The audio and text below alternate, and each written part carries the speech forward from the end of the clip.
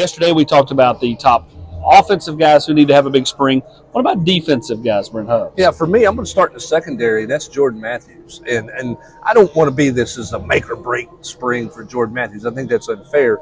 But the transition to college football last year for Jordan Matthews was greater than any of us anticipated. You know, Ricky Gibson was the guy who kind of emerged as the freshman. It wasn't Jordan Matthews. He had one tackle playing in 5 games. Where is he at from a confidence standpoint? Where does he factor into the secondary?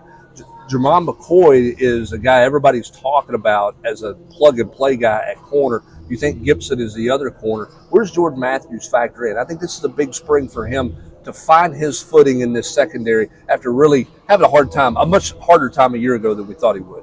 Yeah, I don't disagree. I would tell you it's Jermon McCoy. I mean, he's just coming into a new environment. The SEC is not the Pac-12, and I think it's important for him to have a big spring as well. But I think you can do that with any of those guys in the secondary because they're all trying to find their spot. They're all trying to secure their spot. They're all trying to kind of lock down more playing time or whatever, depending on whether you're a newcomer or not.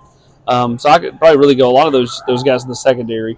As for option 2, who you got? Well, I think for me, when I look at option 2, I'm going to start at that inside linebacker position behind Keenan Peely.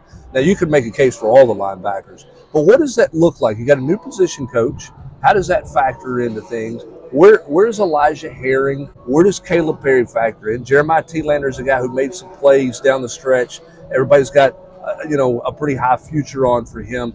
They all got a new position coach. What does that look like at that position behind Keenan Peely? Look, it's Peely to be the guy. He's a veteran, and Coach Inge knows him. I think there's comfort there. But what does it look like behind him?